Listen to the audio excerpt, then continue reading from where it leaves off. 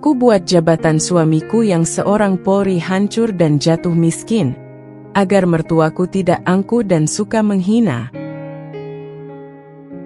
Malam itu dingin menusuk tulang, hujan rintik-rintik menambah kelamnya suasana. Aku duduk di pojok kamar, memeluk lututku erat. Pikiran berkecamuk, berusaha merangkai kata-kata untuk menjelaskan kepada suamiku apa yang telah kulakukan. Pintu kamar terbuka perlahan. Wajah Arif, suamiku, muncul dari balik pintu. Mata tajamnya menatapku, mencari jawaban. "Apa ini, Nia?" Suaranya berat, penuh dengan amarah yang ditahan. Dia memegang selembar dokumen, surat pemanggilan dari divisi pengawas. Aku tidak menjawab.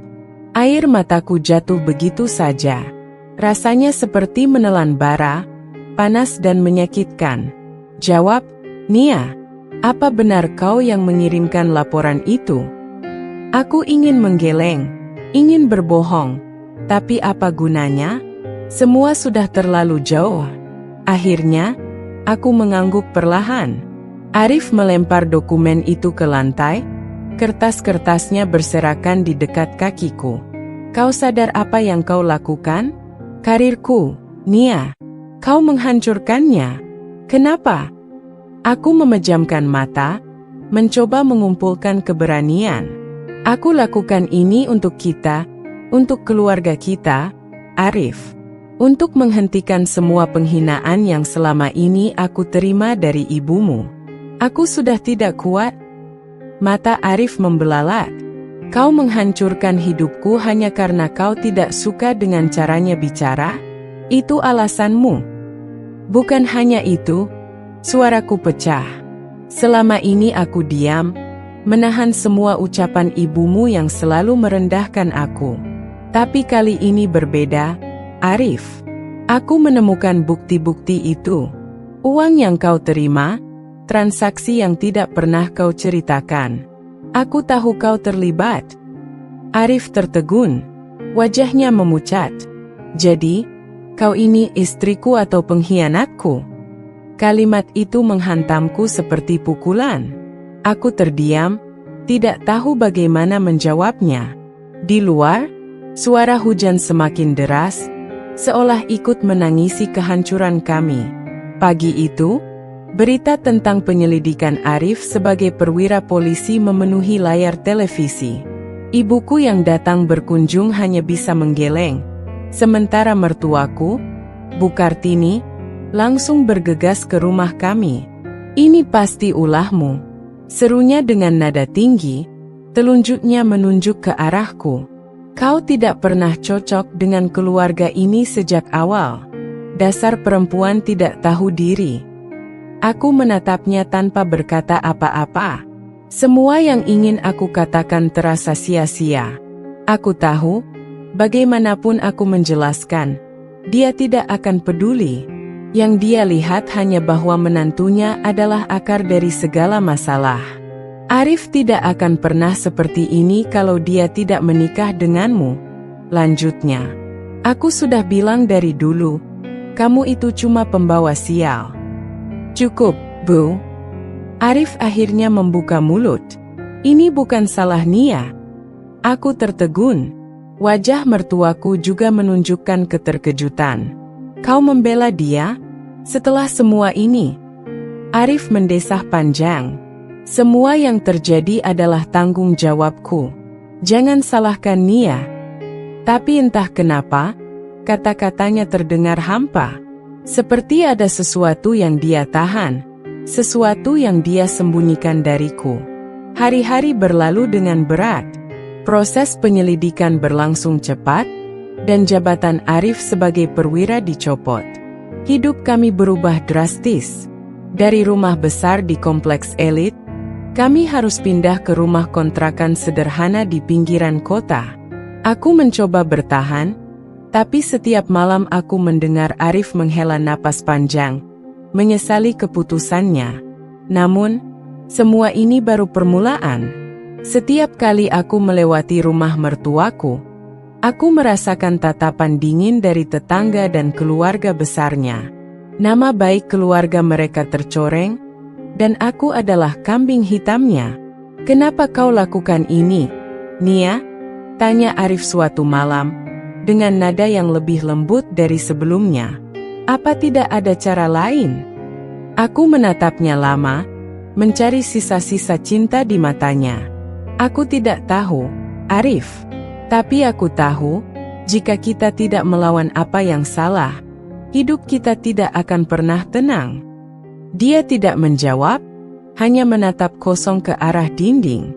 Aku tahu, di dalam hatinya, dia belum bisa memaafkanku. "Bagaimana menurut Anda sejauh ini? Apakah ada arah tertentu yang ingin Anda tambahkan?" Arif mulai jarang bicara. Aku sering melihatnya termenung di sudut ruangan, menggenggam telepon yang tak pernah berdering. Dia lebih sering keluar rumah, entah untuk apa. Uang tabungan kami mulai menipis, sementara aku harus mengatur semuanya, mulai dari sewa rumah hingga kebutuhan harian. Suatu sore, ketika aku sedang mencuci pakaian di halaman belakang, Bu Kartini datang tanpa peringatan. Wajahnya merah, dan langkahnya cepat seperti badai. "Kau puas sekarang?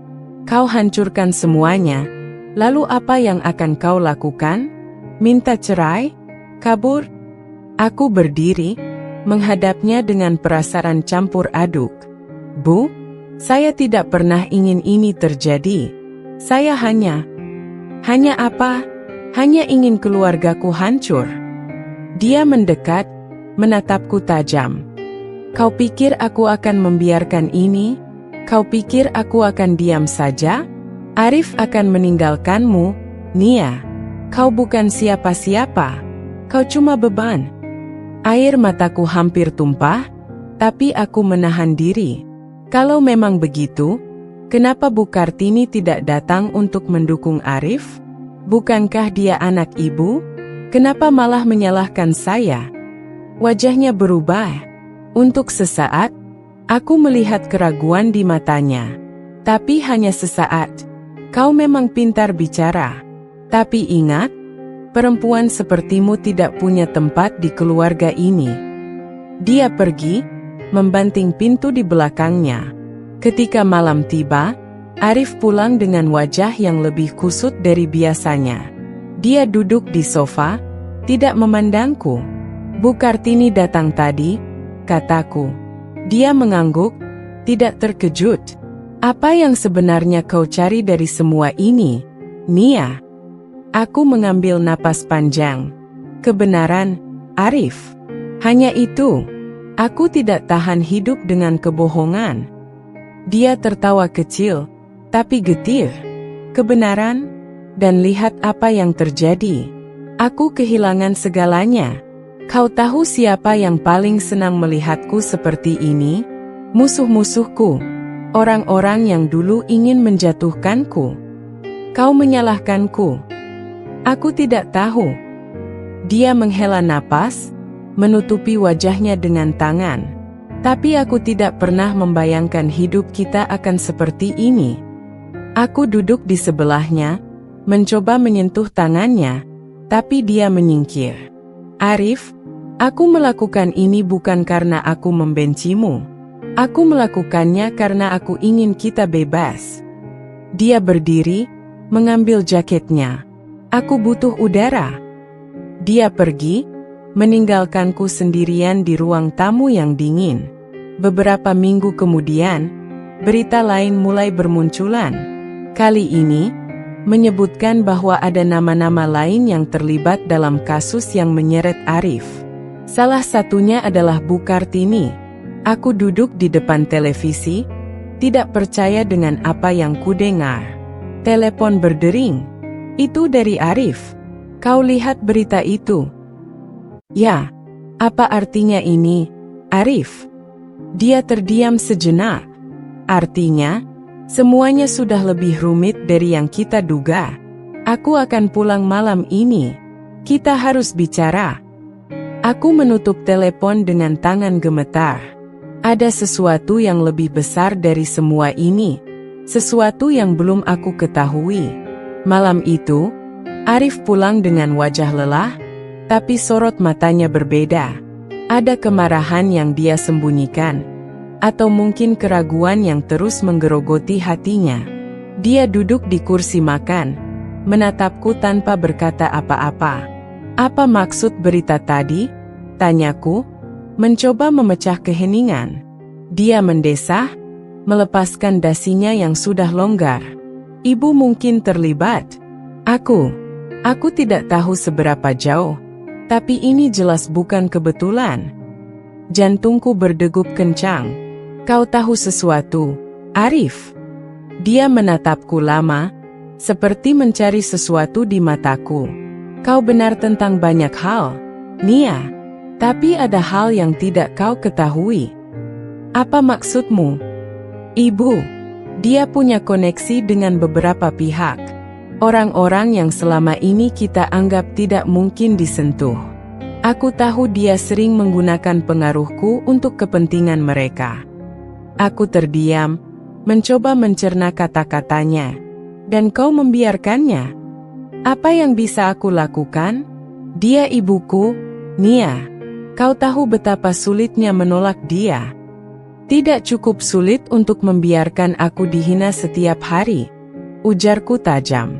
"Ini bukan saatnya membahas itu," balasnya, suaranya mulai meninggi. "Kita harus fokus pada masalah ini.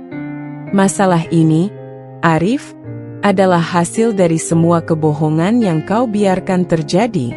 Jangan mencoba mengalihkan kesalahanmu padaku atau siapapun." Dia berdiri, membanting kursi ke belakang. "Aku tidak mengalihkan apa-apa. Aku hanya berusaha bertahan di tengah semua ini." "Dan kau pikir aku tidak bertahan? Kau pikir aku tidak pernah berjuang? Aku yang menerima semua hinaan dari ibumu, semua cemoohan karena aku dianggap tidak pantas untukmu." Arif menatapku, matanya merah. "Kalau kau tidak puas, kenapa kau tidak pergi saja? Kenapa tetap di sini?" Kata-katanya menusukku lebih dari apapun. Air mataku mengalir deras, tapi aku tidak ingin dia melihatku lemah. "Karena aku mencintaimu, bodoh. Karena aku ingin kita keluar dari semua ini bersama." Dia terdiam, terlihat terkejut. Tapi sebelum dia bisa berkata apa-apa, ponselnya berdering. Dia mengangkatnya dengan suara pelan. "Ya, Pak. Saya segera ke sana." Dia menutup telepon dan menatapku. "Aku harus pergi. Ada panggilan mendadak." "Arif, jangan pergi sekarang. Kita belum selesai." "Aku tidak punya pilihan," jawabnya sambil mengambil jaketnya. "Ini tentang ibu." Aku tidak tahu harus berkata apa. Dia pergi, meninggalkan aku dengan 1000 pertanyaan yang terus menggantung di udara. Keesokan harinya, sebuah mobil hitam berhenti di depan rumah kontrakan kami. Aku keluar, dan 2 pria berseragam rapi mendekat. "Nyonya Nia, kami dari divisi internal. Kami perlu bicara dengan Anda tentang penyelidikan yang sedang berlangsung." Aku mengangguk, meski hatiku berdebar kencang. Mereka masuk ke ruang tamu dan memulai pertanyaan mereka. "Apakah Anda mengetahui keterlibatan Bu Kartini dalam kasus suap yang melibatkan suami Anda?" Aku menggeleng. "Saya hanya tahu dari berita. Tidak ada yang pernah memberitahu saya tentang hal ini sebelumnya." Salah satu dari mereka menatapku tajam. "Kami mendapat informasi bahwa Anda yang pertama kali mengajukan laporan tentang Arif. Apa alasan Anda melakukannya?" Aku mencoba menenangkan diri. Saya menemukan bukti-bukti yang mengarah pada keterlibatan suami saya. Saya pikir itu hal yang benar untuk dilakukan.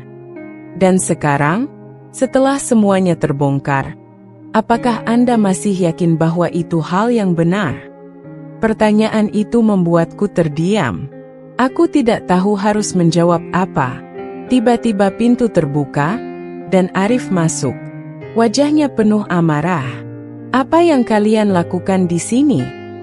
Kami hanya mengumpulkan informasi, Pak Arif, jawab salah satu pria itu. Keluar, perintahnya dingin. Kalian tidak punya hak untuk menginterogasi istri saya di rumah saya. Pria-pria itu berdiri, mengangguk singkat, lalu pergi. Ketika mereka sudah tidak ada, Arif menatapku dengan tatapan yang tidak pernah kulihat sebelumnya. Apalagi yang kau katakan pada mereka, Nia? Arif, aku tidak. Sudah cukup, potongnya. Kau pikir dengan menghancurkan aku, kau akan mendapatkan apa yang kau inginkan? Kau salah besar. Kau tidak mengerti. Aku mengerti lebih dari cukup, katanya. Suaranya penuh dengan kepahitan.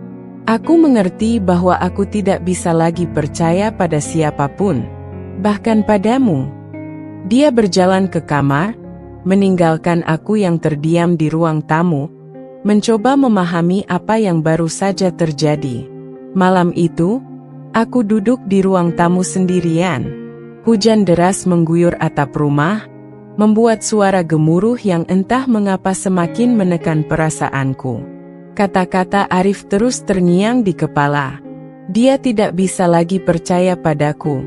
Pikiranku penuh pertanyaan. Apakah aku salah? Apakah keputusan melaporkannya adalah kesalahan terbesar dalam hidupku? Tapi aku tak ingin hidup dalam kebohongan. Apalagi jika itu merugikan orang lain. Aku ingin melindungi keluarga ini, meskipun caraku mungkin terlalu ekstrim. Arif tidak keluar dari kamar sampai pagi. Aku mendengar langkahnya ketika dia bersiap-siap untuk pergi, tapi dia tidak mengatakan apa-apa. Bahkan sekadar selamat pagi pun tidak. Dia mengambil jaketnya, menatapku sebentar, lalu keluar tanpa sepatah kata. Hari itu berjalan lambat. Aku mencoba mengalihkan pikiran dengan membersihkan rumah, tapi rasanya sia-sia. Pikiran tentang apa yang akan terjadi selanjutnya terus menghantuiku. Pukul 3 sore, telepon berdering. Aku mengangkatnya dengan cepat, berharap itu Arif. Tapi bukan. Saya ingin bicara dengan Nia. Suara di seberang terdengar tegas. Ya, saya Nia. Siapa ini? Ini Joko, dari tim penyelidik. Kami menemukan sesuatu yang mungkin menarik perhatian Anda. Aku menggenggam telepon lebih erat. Apa maksud Anda? Kami menemukan bukti kuat bahwa Bu Kartini adalah dalang utama di balik semua ini. Namun, ada keterlibatan pihak lain yang lebih besar, dan kami percaya bahwa Anda perlu tahu. Siapa pihak lain itu?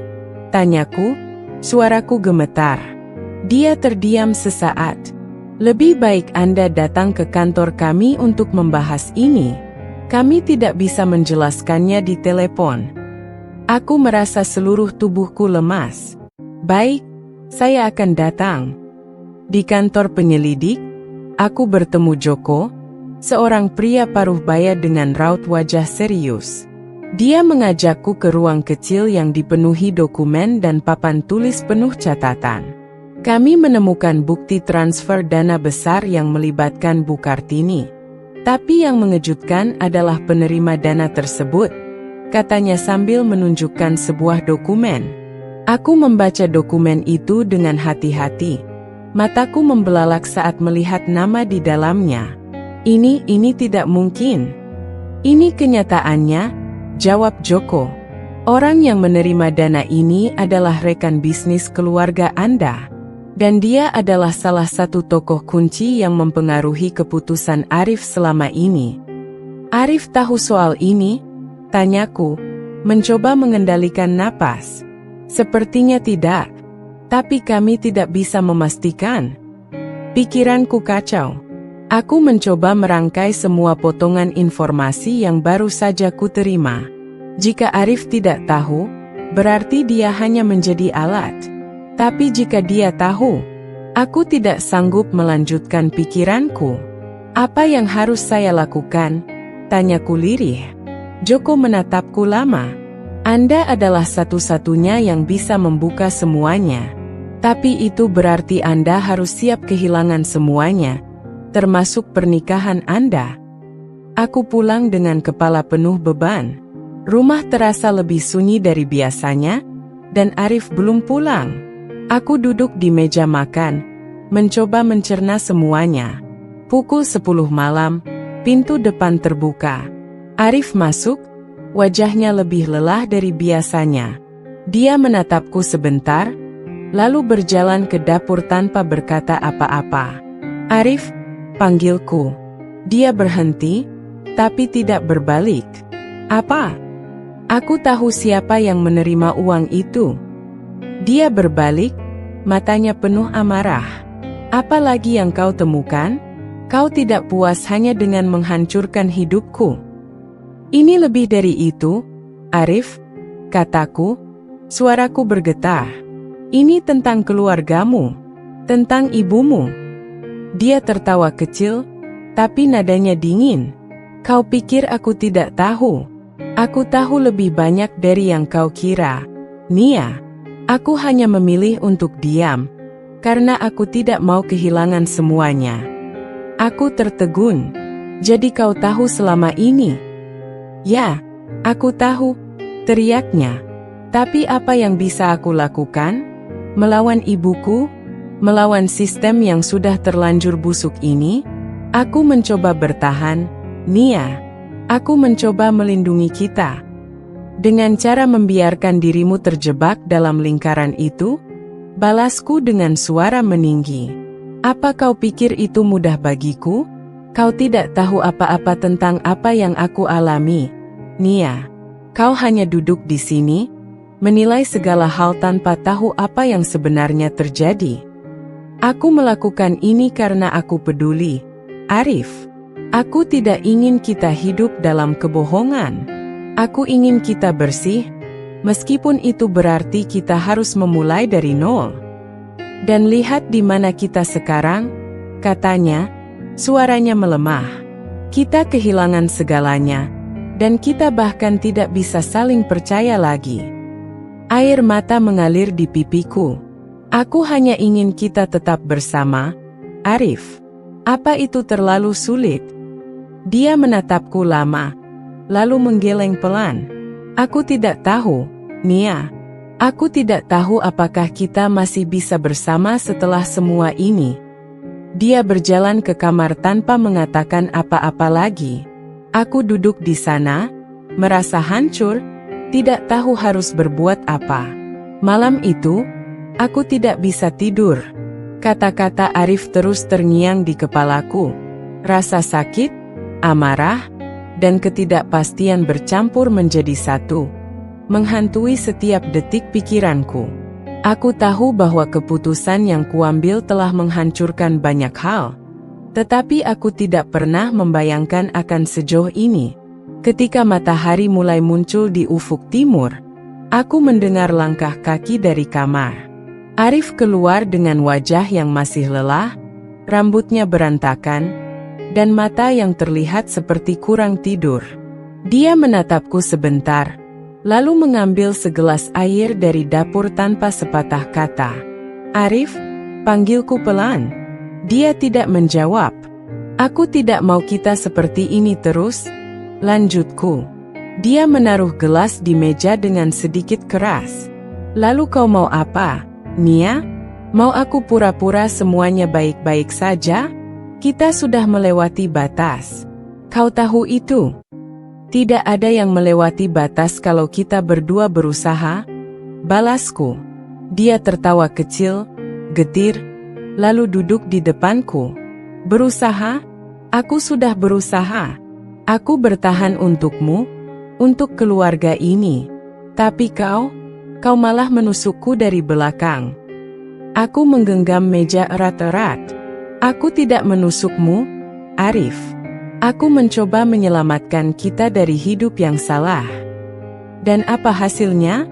Kita kehilangan segalanya, Nia. Rumah kita, pekerjaanku, nama baik keluargaku. Bahkan ibu, entah apa yang akan terjadi padanya. Kau puas sekarang?" Aku ingin membalasnya, tapi tidak bisa.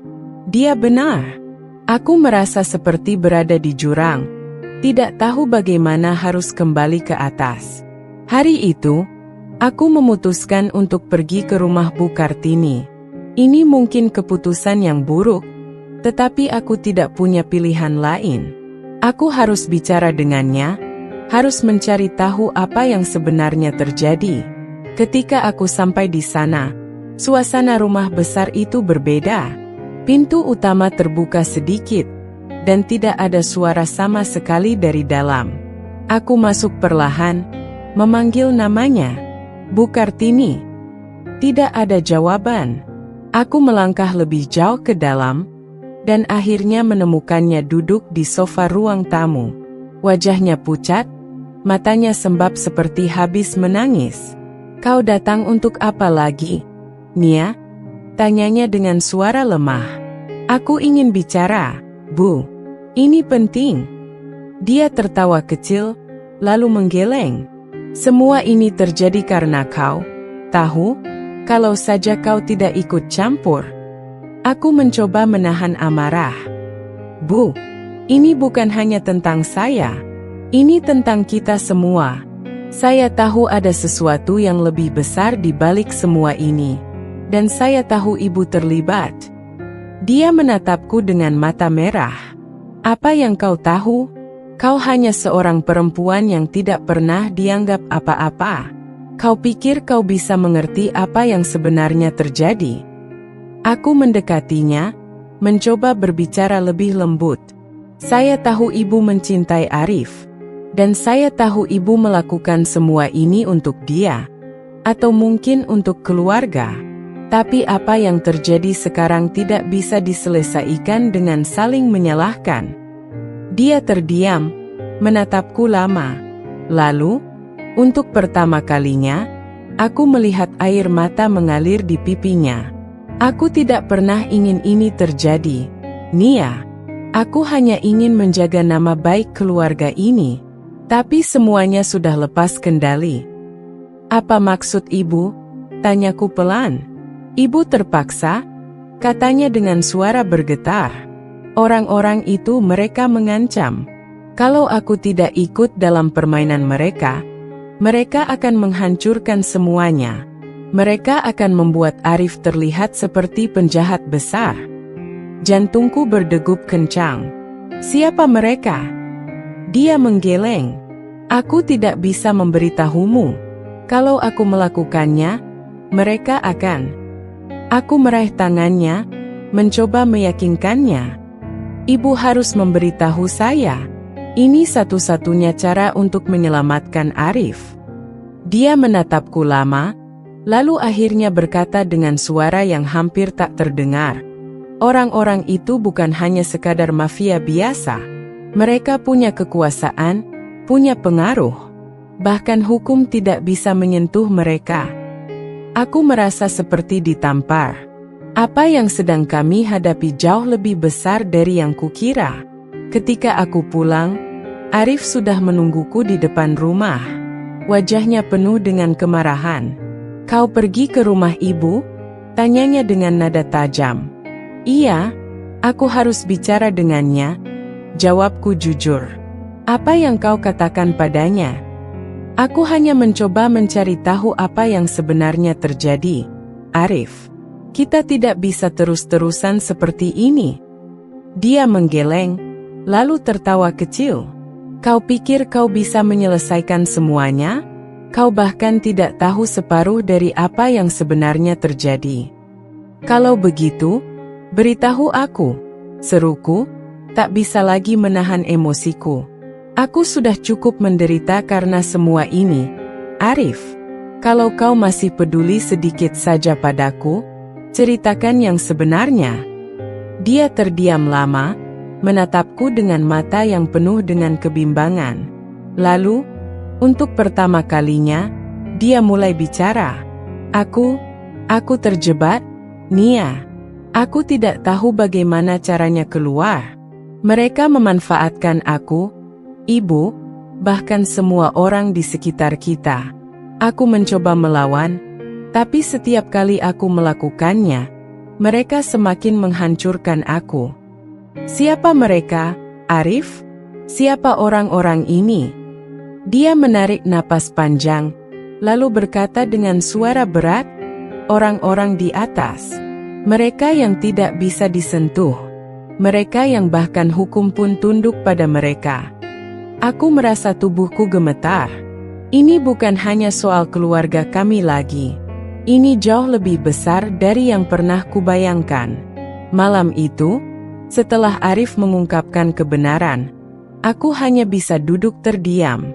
Kata-katanya terus terngiang di kepalaku. Orang-orang di atas. Mereka yang tidak bisa disentuh. Dia mencoba melawan, tetapi malah menjadi korban dari kekuasaan yang tak terlihat. Aku merasa kecil. Semua perjuanganku, semua keputusan yang kubuat, ternyata tidak cukup untuk menyelesaikan masalah ini. Malah, aku memperburuk keadaan. Aku merasa bersalah, tidak hanya pada Arif, tetapi juga pada diriku sendiri. Aku telah menyalakan api yang aku sendiri tidak bisa padamkan. Ketika malam semakin larut, Arif duduk di sampingku. Wajahnya yang biasanya keras kini terlihat lembut, tapi penuh luka. "Nia," katanya pelan, "aku tidak pernah benar-benar marah padamu. Aku hanya marah pada diriku sendiri, karena tidak bisa melindungi kita." Aku menoleh padanya. Air mata mengalir tanpa bisa kutahan. "Arif, aku yang salah. Aku pikir aku melakukan hal yang benar, tapi aku tidak pernah berpikir jauh ke depan. Aku hanya ingin kita keluar dari semua ini." Dia meraih tanganku, menggenggamnya erat. "Kita tidak bisa mengubah apa yang sudah terjadi, tapi kita bisa belajar darinya." Aku mengangguk, terisak. Tapi apa yang harus kita lakukan sekarang? Semuanya sudah berantakan. Dia menatapku dengan mata yang penuh kelelahan. Tetapi ada secercah harapan di sana. "Kita mulai dari awal, Nia. Kita lepaskan semuanya. Nama, jabatan, semua yang pernah kita miliki.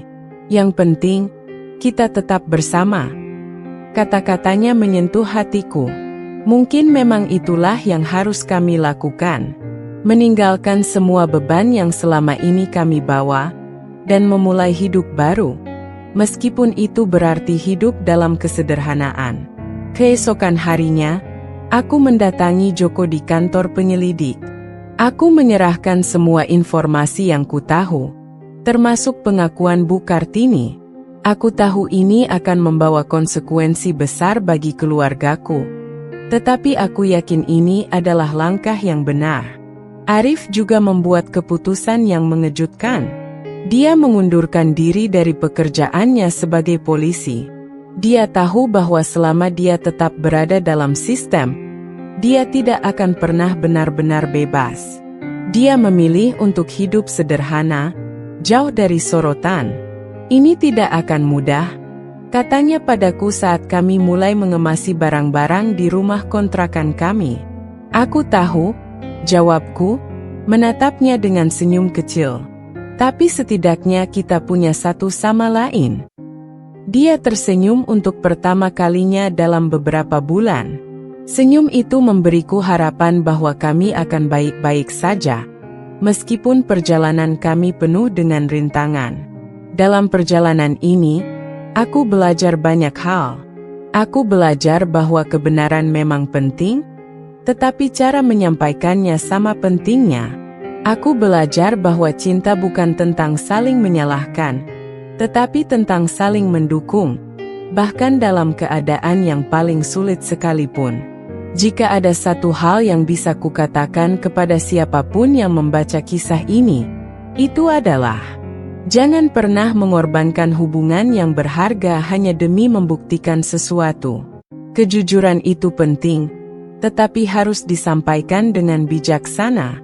Ketika badai datang, jangan menyerah pada rasa takut atau amarah. Berdirilah bersama orang yang kau cintai, dan hadapilah bersama. Karena pada akhirnya, Yang benar-benar berharga bukanlah apa yang kau miliki, tetapi siapa yang ada di sisimu ketika semuanya runtuh. Kami memulai hidup baru di sebuah kota kecil, jauh dari ingar-bingar kehidupan sebelumnya. Kami tidak punya banyak, tetapi kami punya satu sama lain, dan itu cukup untuk membuatku merasa utuh. Aku tahu, kami mungkin tidak akan pernah bisa kembali seperti dulu. Tetapi mungkin, kami tidak perlu kembali, karena perjalanan ini bukan tentang apa yang hilang, tetapi tentang apa yang masih kami miliki, dan bagaimana kami menjaganya. Salam hangat kembali untuk Putri Bercerita. Bunga Sakura. Semoga cerita-cerita yang dibagikan di sana selalu bisa menginspirasi, menyentuh hati, dan membawa pelajaran berharga bagi para pendengar dan pembaca.